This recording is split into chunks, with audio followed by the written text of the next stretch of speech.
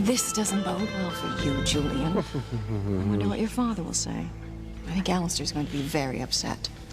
Very, very upset. There isn't a threat anymore. Pilar will bury Martin, and the whole episode will be forgotten. Don't argue, damn it. Do what I say. Get rid of Martin's body. Now. Well, your scheme to bury the Martin imposter failed. Now what are you going to do? Nothing. Everything will be fine. No one will ever put together my connection with Martin Fitzgerald. Perhaps we should make our graceful exit, darling.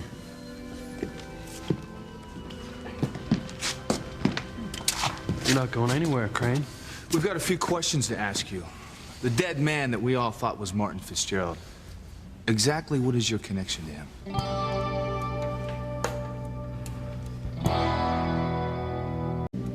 Well, ask away. I'll be happy to answer any questions you have for me. Would you excuse us, dear?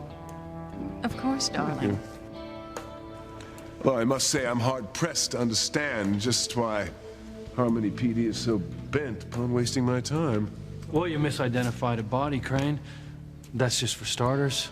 Well, now, you can't believe I did that on purpose. Well, what else are we supposed to think? Look, we just want some straight answers, Julian. What the hell do you know about the man in the coffin? Well, no more than you, perhaps much less. The man's not Martin, according to the test, so... But that's how you identified him? Why?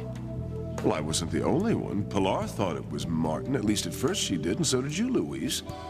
If a woman and her son can't identify her husband and father, then You're covering something, Crane. Well, you know more than you're saying. You're so determined to hang everything on me. Perhaps just hang me, period. You know, in this country, there is presumption of innocence, and in my case, it's not even presumption, because I'm completely innocent. Come on.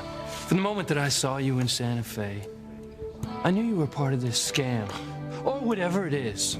Now, you're gonna tell us the truth, Crane.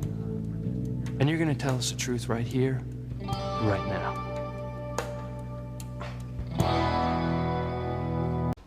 I've told you all I know. I don't think so. I've answered all your questions, and I'm dead tired of the whole thing. I've told you everything I know in detail. Do you think that you can slide out of this by handing us some attitude? There's no winning with you, is there, Louise? Attitude?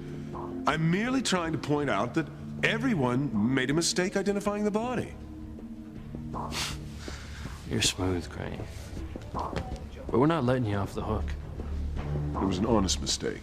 The man had a full beard, it was hard to identify him. After the fall, it was impossible. Then there was the scar, which only Pilar knew about, and he had it. He fit everyone's description of Martin Fitzgerald, not to mention that he called himself Martin, so I say this in defense of all of us. There was a rush to judgment. You know, we don't have to rush into anything. If you want to make this slow and painful, that's your call. But we're gonna nail you. You keep saying we, officer, but I'm not sure that your chief wants to be included. Am I right, Chief Bennett? Sam? You're free to go, Julian. What? We have no further questions at this time. You've got to be kidding. Goodbye, Julian.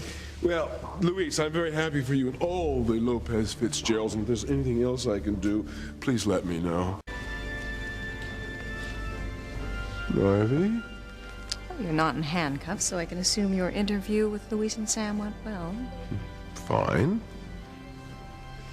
Well, your explanation may have kept you out of jail for the moment, Julian, but I can tell by the look on their faces. They have no proof of anything, and they never will.